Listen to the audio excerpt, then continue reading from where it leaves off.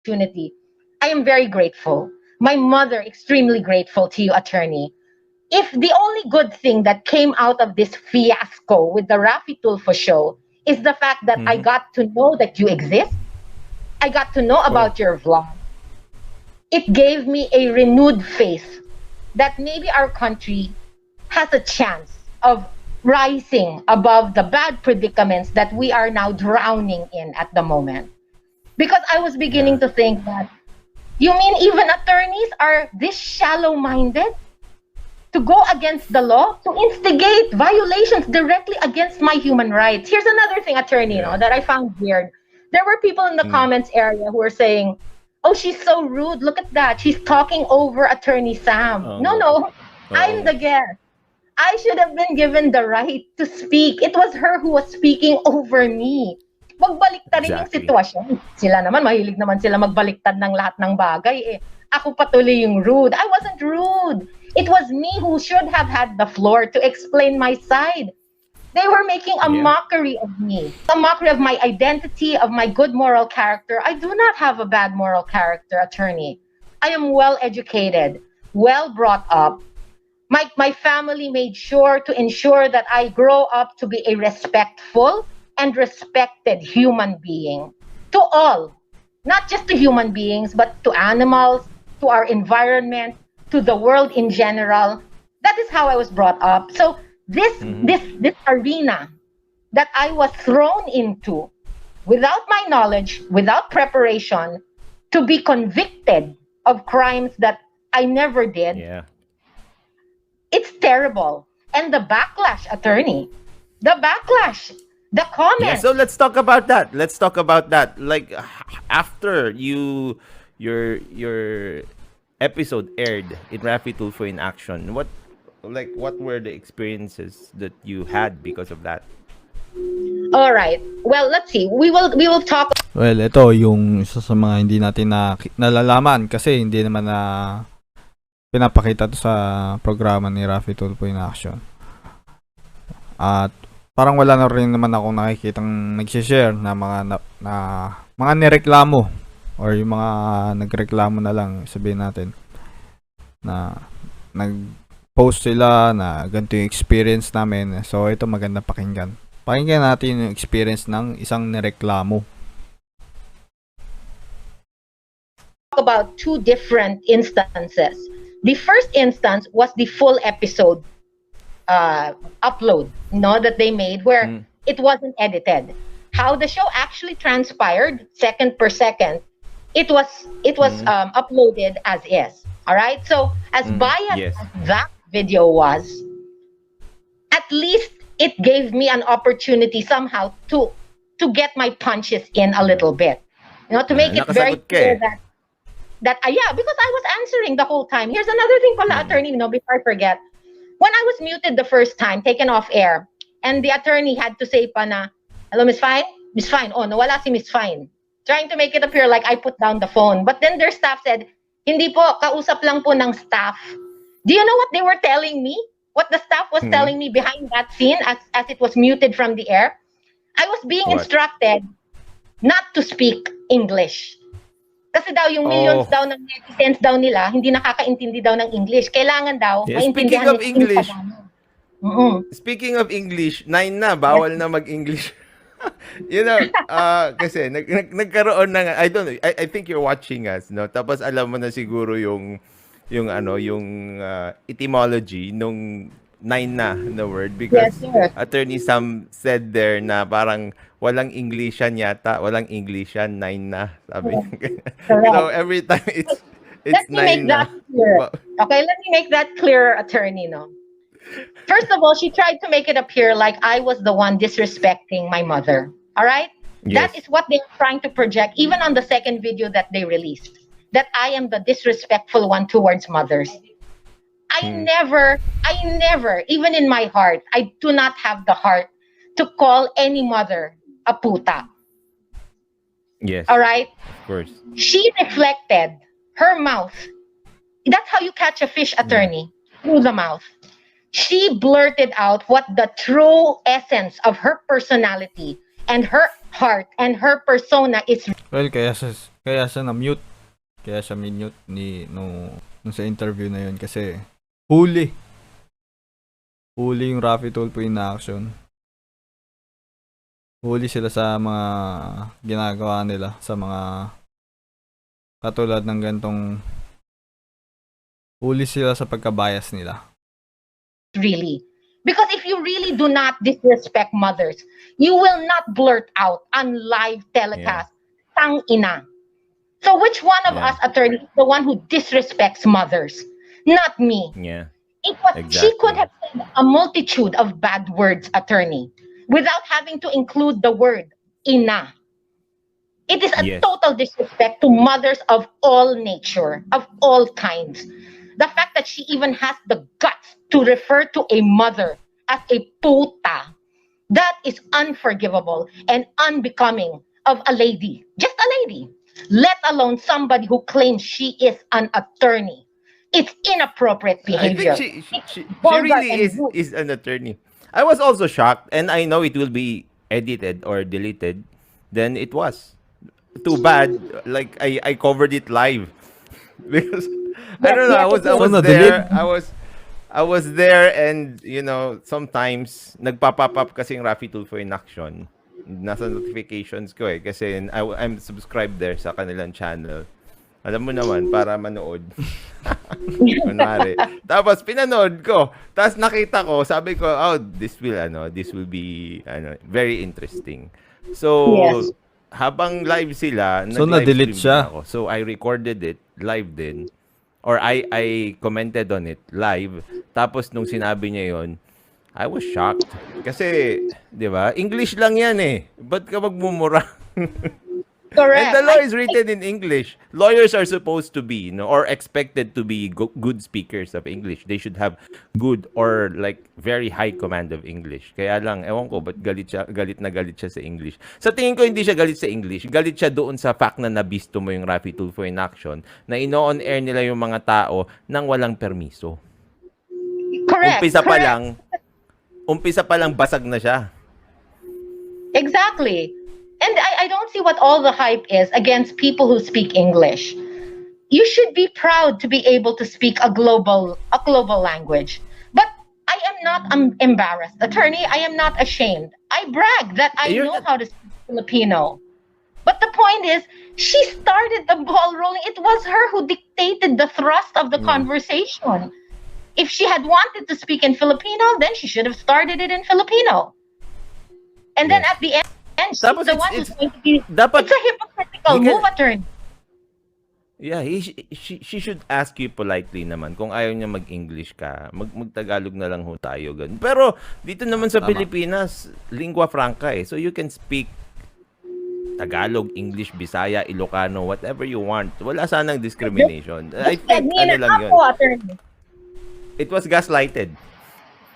Yes, sir. And then, like I was telling you, during the first mute, I was being told, no, don't speak English. Kailangan maintindihan ng netizens. You have to speak Filipino. Kasi if you also don't give us permission to put you on air, which means they already admitted they didn't get my permission to put me on air, magmumukha kang duwag. Kailangan mong malinis ang pangalan mo. You have to defend yourself. And I'm thinking, why? Why do I have to defend myself? So, off-air, sinasabi rin pala yung linya na yon. Magmumukha kang duwag kapag hindi ka nagsalita. Lagi natin naririnig yan. Lagi natin naririnig kay Raffy Tulfo yan. Against what? I don't have any crime or charge against me. Why do I have to clean up my name? My name is not dirty. Who in the world brought dirt to my name?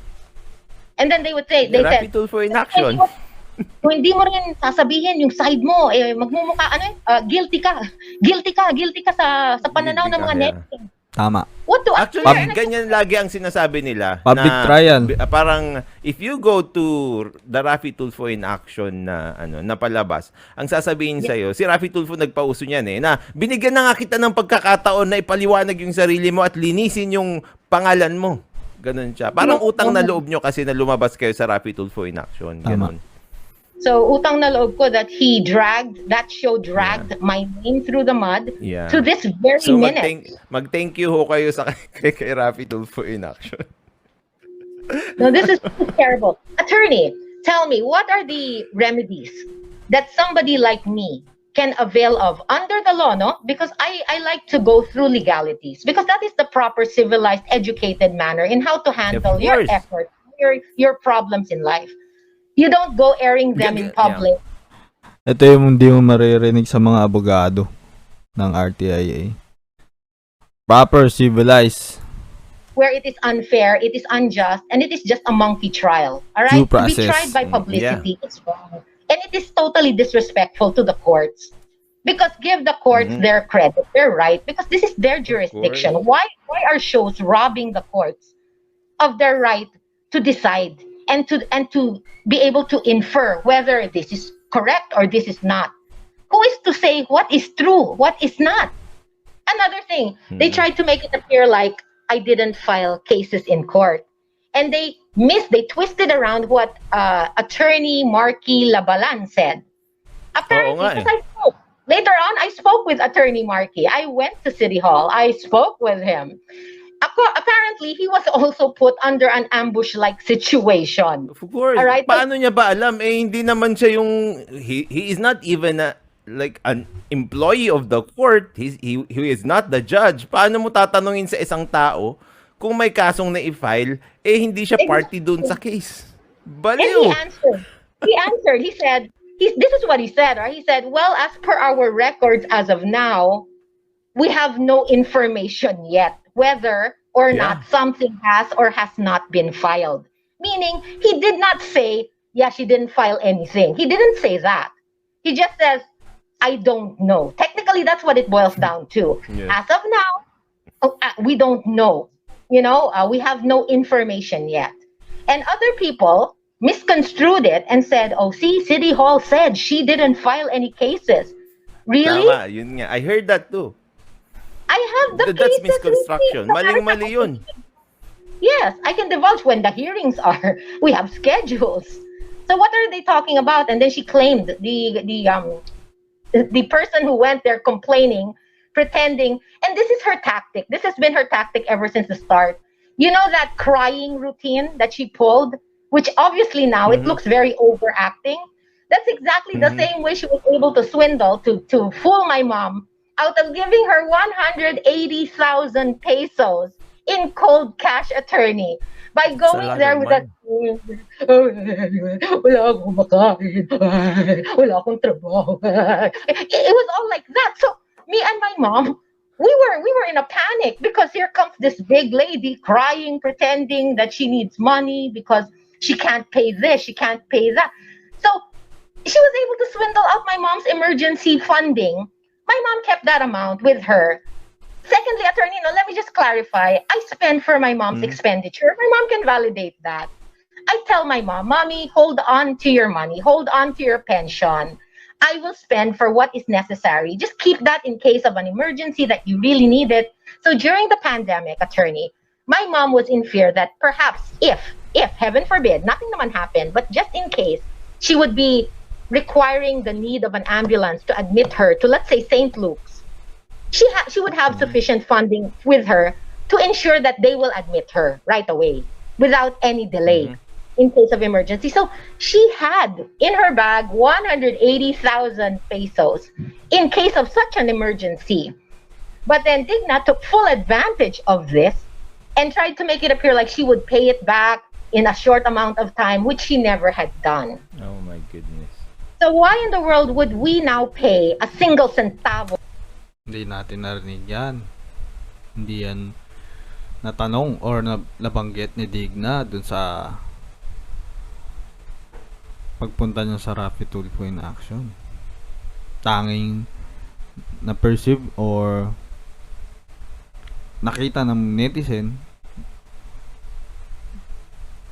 tulungan niyo ako. May kinasuhan ako nung pabayang anak, tapos ako yung nag-aalaga sa nanay niya. Yun yung nakita, di ba? Pero hindi natin alaman yung may gantong side din pala. Of 5,000 pesos worth of rent, when what she owes still hasn't even been paid to us at all. Why didn't the Raffy Tulfo show allow me magkano ba yung sinisingil niya? 5,000? 5,000, attorney, for a small room. Yes. 5,000 dahil tumira doon yung nanay mo? Yes, that is for the rental of the room. Why did my mom move there? Let me give you an idea. My mom was momentarily siguro ito muna, let's talk about legalities. Yung Alright. Siguro para hindi naman nila sabihin na bias tayo dito, no. Alright, okay, go ahead. Wala namang kasing offsetting na dapat mangyari diyan. Kung may utang siya, utang lang yun, iba yung renta. Pero syempre, ibig sabihin, pwede kang maningil ng 180,000 sa kanya, tapos pwede siyang maningil ng 5,000 sa inyo. Tapos kayo na lang, you have to agree, both of you, if you want to offset. Parang, sige, ibawas ko na lang.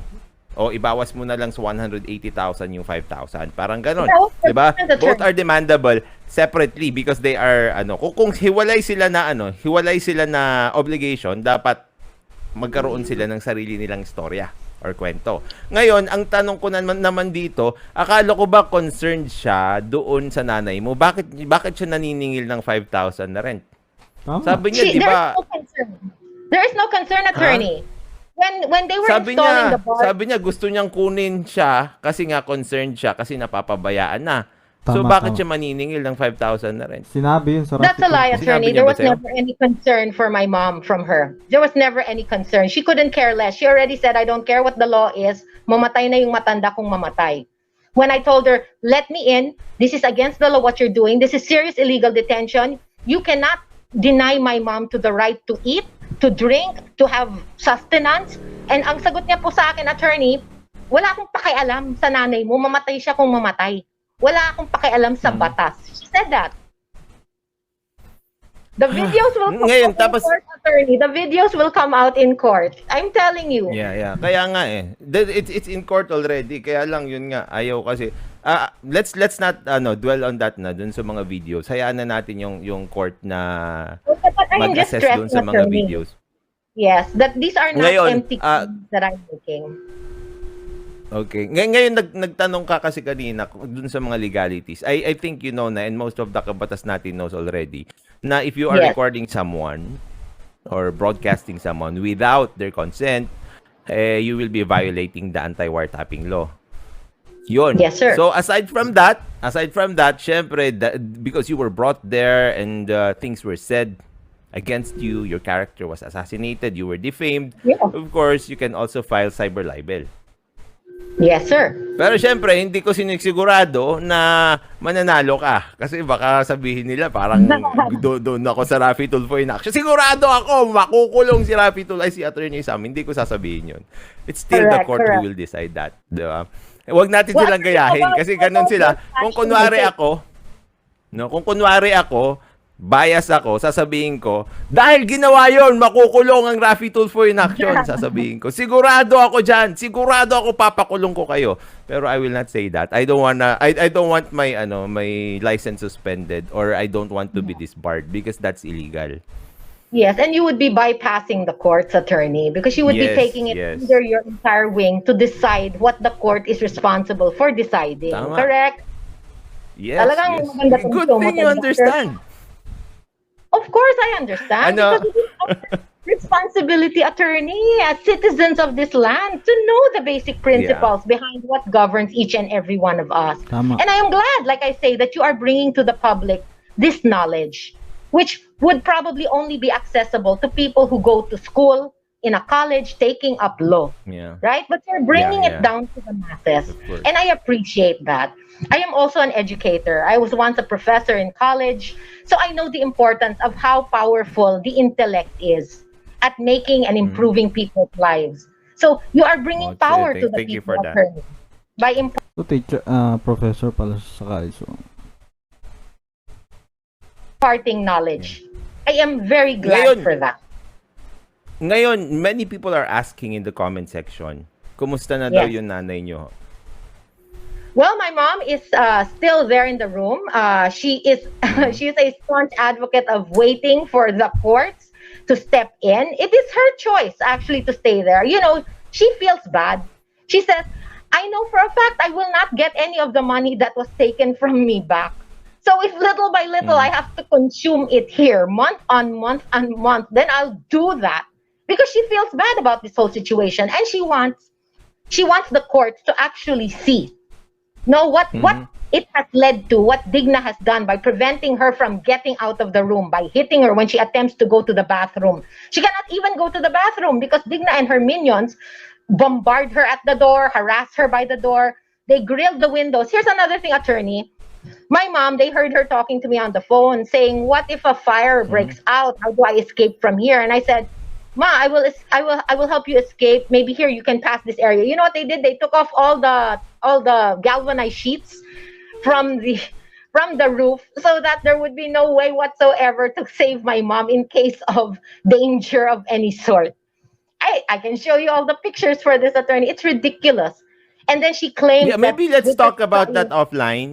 The pictures and the videos, if we can yeah, show sure, some, sure. because many people in the comment section are like saying na ano, Yes, well, of course we still have a lot of people who watch Rafi Tulfo in action who also watch of us. course, I'm well aware. So Yes. can you see the comment section, like maybe one, two, three, one or No, three I of them like saying na one. why did you bakit mo daw pinabayaan yung iyong ano yung iyong magulang, blah blah blah blah, when in fact Oh, you I didn't. explained it Hindi ko many times pinabayaan. already.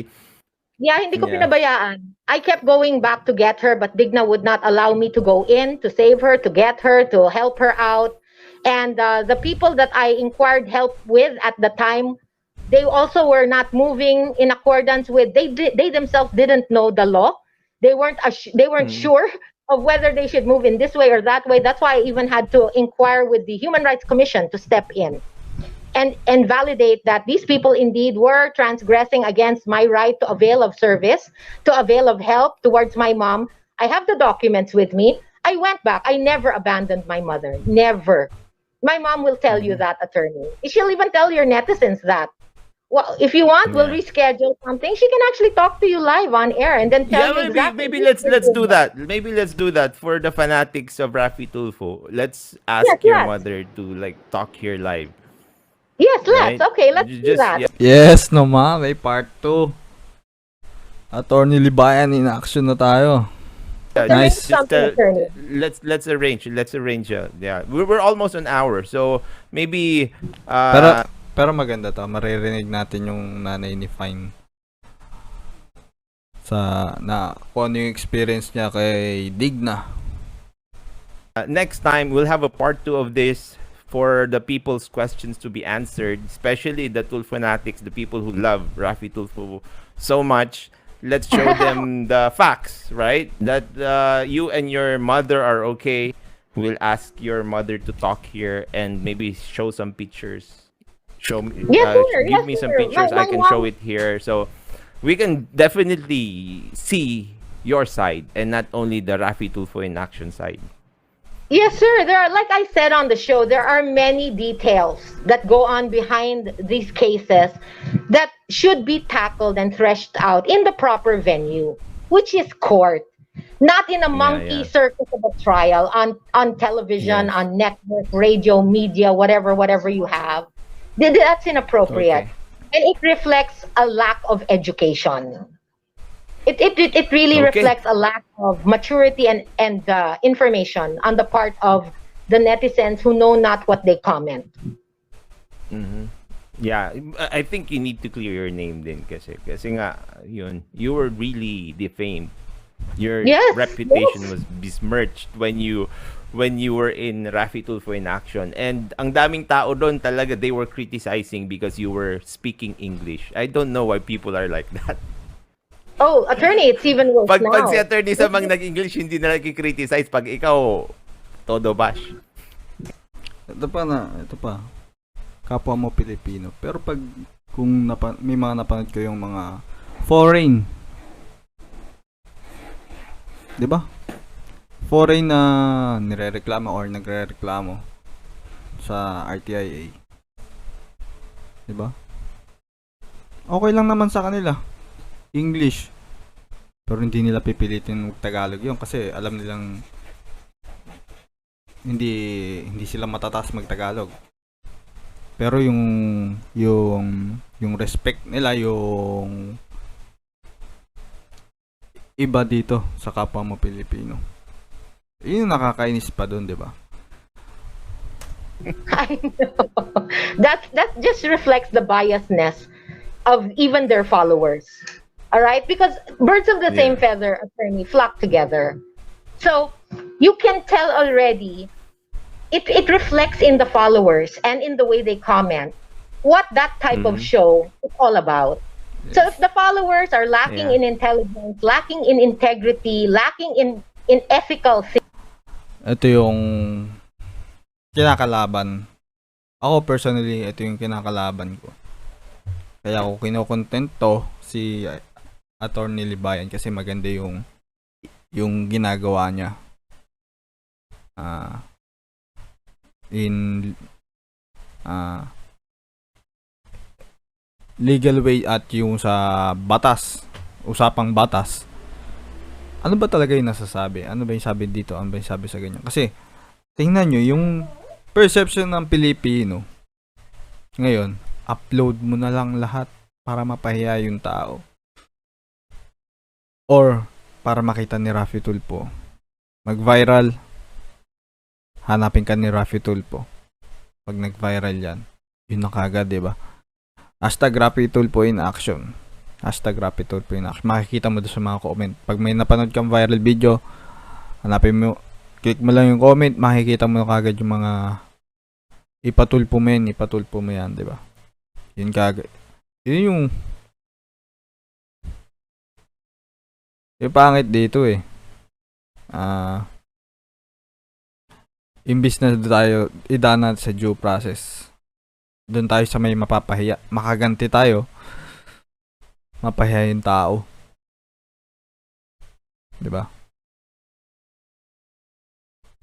Tapos minsan kapalit nun, mapapahiya yung pamilya natin, lalo na pag usapang pamilya, iskandalo sa pamilya, para mapahiya lang isang miyembro ng family natin, i-broadcast natin yung ginawa sa atin nung kamag-anak natin na yan, 'di ba?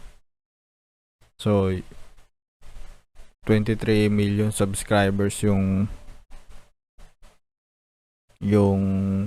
viewers ni Rafi Tulpo, 'di ba?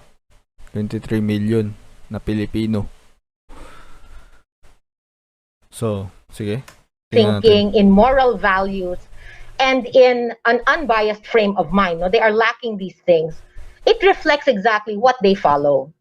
That's why, attorney, your subscribers are intelligent individuals. That's how I found you. Wow, Because intelligent daw kayo. Ay, They are. thank That's you, why I thank you. found you, attorney. Because as I was scrolling through the comments, immediately from the Pero totoo kasi kasali ako sa community na ito, sa batas natin, community. Merong group page, batas natin. Kasali ako doon. So, yung mga usapan, natutuwa lang din ako, lalo na yung netong bago mag-election, usapang politika, may mga makaleni, makabongbong, may Pacquiao, may Isko. Nagbibigayan sila ng idea, pero may mga ano naman, may mga bastos din, pero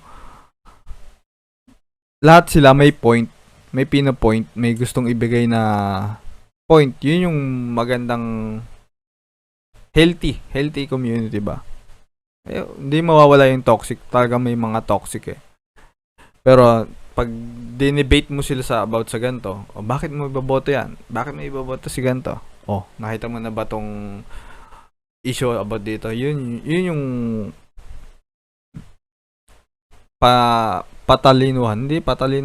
palaliman ng diskusyon, ng argumento, 'di ba? first sentences alone, I can already tell if this person is a biased entity. But then I would come across, once in a while, there would be a comment that was so on point, so correct, so intelligent, so brilliantly phrased, spoken in beautiful English. If it was in Tagalog, it was also spoken in beautifully worded Tagalog. So I know these are intelligent people. And I would read and they would say, we're not subscribers here. We just came here because of batas natin. So I thought when they were referring to batas natin, they were referring to the Constitution. So I said, oh, these must be law students then because they give tribute to the Constitution. But then as I continue to go, I would come across more and more of these logical warriors, which I knew for a fact were not followers of the Tulfo show. And they would say, oh, we're here because we are fighting for equality, for bias, for the biased treatment of this lady. We are trying to promulgate the truth because according to batas natin, so and so and so and so. And I said, wait. This batas natin is becoming a little too, commonly mentioned. It must be the name of someone or the name of something, like a channel. So I went and I searched. And then your video cropped up. And I watched it, and it was a relief. Like I told you, attorney, that movie, yung Endgame, yung Avengers, when someone whispers in the ear of Captain America, he feels already downtrodden. He's facing a battalion of negativity in front of him, and there's only him standing by himself. And even if he knows within himself, he is full of quality. No, the essences of truth and dignity and respectability and conformity to what is right is within him. He is now outnumbered. Kahit na there's a billion people in front of him, wala naman quality, pero nakukuha nila sa quality. And then when your subscribers started showing up on the thread. Shoutout sa mga prank vloggers dyan, di ba? Nabuhayan ako. Parang someone whispered in my ear, go search for batas natin. Go search for batas natin. You were the entire battalion of Avengers, attorney. Yeah, for mga that, kabatas natin. Well, actually, it's the whole community. They are the ones who let this thrive. Sa totoo lang. I'm just one person here. Kaya lang pag titignan mo doon, they were the ones commenting. They are the ones sharing the videos and sharing their knowledge to other people. Yung mga pinag-aaralan natin dito sa batas natin. So, yun. It's nice of you to say that. And leadership plays a very big important role, no? In how the troops handle their actions and how they maintain what orders they are under or what they believe in. So for being a wonderful leader, I thank you tremendously on behalf of my mother and myself. I thank your subscribers from the bottom of my heart, from the bottom of my mother's heart. I am grateful. You're welcome in behalf of the batas natin. They are fabulous people, attorney. You are grooming a wonderful army of intelligent individuals. And if the future of our country falls in the hands of people like you and your subscribers, sabi ni JR, Batas Assemble. Well, hanggang dito na lang tayo. So, totoo naman, magandang sumama sa community sang may natututunan ka. Healthy, but respectful and may discussion, may pagtatalo, pero makikita mo yung kasi yung mga pinupunto. Talagang walang tapon. So yun lang. Sali kayo doon sa page. Kung gusto nyong lumalim or humasa, maging hasapa yung critical thinking nyo, yung pag-iisip nyo. So I encourage you na mag-join kayo doon sa community ni Attorney Libayan. So, anyway, yon. Ito yung side ni Fine Barnett. So, abangan natin yung interview naman ni Attorney Libayan sa nanay niya. Sana, ang message ko lang kay Rapi Tulfo, sana mag-react siya dito. Gawa niya ng reaction video or kung ano man. Ano yung masasabi niya dito, di ba? Kasi kailangan maging patas din talaga siya or maging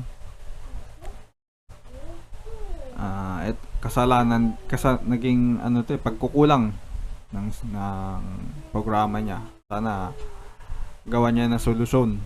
Ano yung hakbang niya para ma-improve pa, di ba? Nandito naman to ang batas natin community, itong community ni Attorney Libayan. Hindi naman para para i-cancel yung Raffy Tulfo in action. Kaya kami nagki-criticize. For me, personally, bakit nagki-criticize? Siyempre, para ma-improve yung bagay na hindi maganda, di ba? Kahit nga yung sa gobyerno, kaya tayo nagki-criticize sa gobyerno. Gusto natin mabaguhin ng gobyerno yung mga bagay na hindi maganda. Ganun din dito sa sa social media. Pwede gawin natin yung mga bagay na sa tingin natin tama, di ba? So, yun lang. Maraming salamat at abangan na lang natin yung interview niya sa Nanini Fine. So, God bless atin lahat.